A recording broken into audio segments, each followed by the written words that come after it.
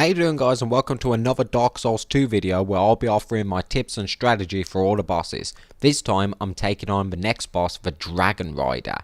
And the first piece of advice that I have is that there are certain things that you should do around this level to make this fight much easier for you. Luckily, it's a very short level. I mean, there's pretty much nothing to it. It's pretty much a 1 minute run to the boss from the start of a level. That's how short it is. So when you first get in here, the bonfire will be to your right. There will be a few enemies scattered around here, but I've already killed them. At the top of these stairs, there will be a huge black knight.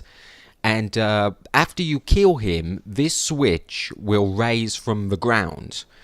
And after you flick this switch, one of the outer rings in that Colosseum right there will rise up, and that's where you're going to fight the boss. So it's very important you do that. You'll understand why later on. After you've done that, make your way inside this building right here, and there will be 3 black knights, and they're huge and they're powerful. But luckily they're very slow, so you can pick them off no problem. Again, after you've beaten them, another switch will rise out the floor. This time I haven't already pulled it, so you'll see yourself what happens. After you pull it, you can see another section of the outer ring in that Colosseum rising up. And with those 2 very important steps taken care of, now you can move on and fight the boss. So, one of the first things that you'll no doubt notice about this boss is that when you walk in the gate and confront him, you'll notice that he isn't actually riding a fucking dragon. Well, that's a bit unusual, isn't it? I mean, here he is calling himself a dragon rider. Oh, look at me, I'm a big fucking dragon rider. I run around on my fucking dragon, I'm so tough. Yeah, all fucking talk, mate. You got nothing.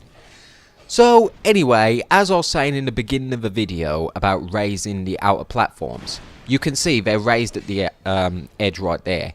If you hadn't flicked those switches, then the sort of middle part that's sort of slightly different coloured than the outer parts, that would be all you had to fight him on. It's very narrow, and as you can see, this guy is big and he's got a huge weapon. He swings hard, so you definitely don't want to fight this guy in a narrow space. So definitely raise those outer platforms. It's going to give you much more room to maneuver.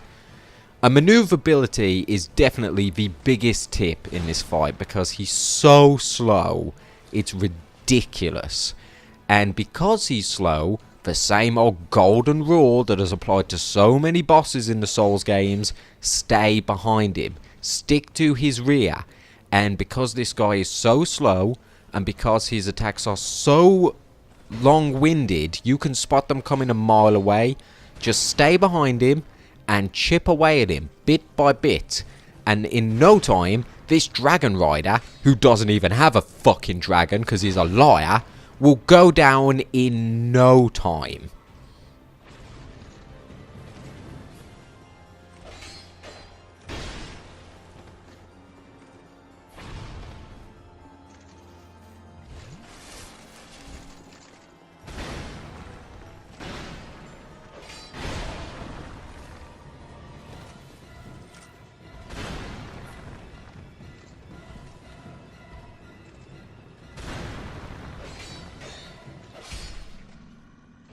And there you have it, guys. The Dragon Rider, who doesn't really ride dragons because he's a fucking liar, has been taken care of, and we can now move on to the next boss, which is the Skeleton Lords. Now, this boss is pretty easy, but it can get overwhelming if you let it. So basically, there's only real 3 enemies to this boss, but they're so weak. They go down after about 5, maybe 6 swings of your sword, so you don't have to worry about their strength. I would strongly recommend killing this guy with the scythe first. I would strongly recommend that, and I'll explain more as to why later on in the video. So as you can see, there's 3 of them. They've all got different weapons. Again, I strongly recommend you kill this guy with the scythe first. After you do that, his soul will sort of explode into flames on the ground, and the ashes from those flames will raise a bunch of skeletons who all come after you, and you have to kill these skeletons as well. They're part of the boss. Every time you kill a skeleton, it takes some health off the boss fight. So as you can see, these skeletons are armoured, but there's not that many of them. I think there's about 5 or 6, so there's not that many. And that's why I strongly recommend taking out the guy with the scythe first.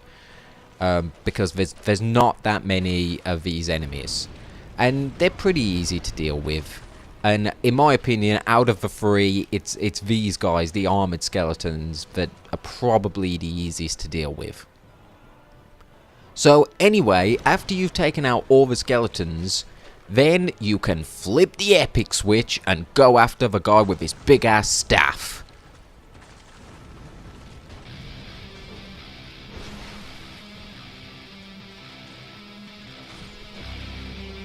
So, after you kill the guy with the staff, again, same thing will happen. His body will explode, the fire will raise a bunch of skeletons, but this is different. This time, it will raise a fucking shitload of standard skeletons. So they're not armored, they're just standard skeletons, but they more than make up for it in their numbers.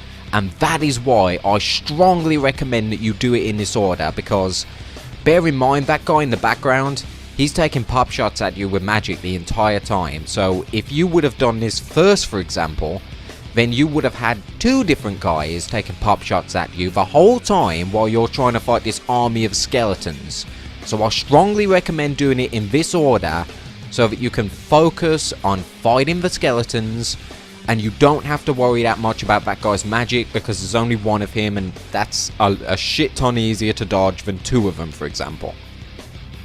Now, again, I really recommend that you don't kill all 3 of those guys straight away. It could definitely be done because they're not that strong, but like I said, every single time you kill one of them, they explode into flames and their flames raise more enemies. So definitely don't kill all the 3 big guys at the same time, because otherwise you will be overrun with enemies, and that's definitely something you don't want to do. Instead, after you've killed an enemy, focus on the reinforcements that he sends. Get them out of the way first, and then move on to the next big guy. So, this is a guy with a big staff or mace or whatever the fuck he is. I suggest leaving this guy till last. And again, he's no more difficult than the other 2. You know, it'll only take about 4, maybe 5 swings of your sword to take him down. But after you take him down, he raises the toughest enemies. They're the skeletons with sort of pinwheels, and these guys hit fucking hard and they are fast because they sort of roll around in their pinwheels. But there's only 2 of them. So if you quickly go in and take them out, you won't have any problems. So there you go, guys. That was my tips and strategies. I hope this video helped people out, and I'll see you next time.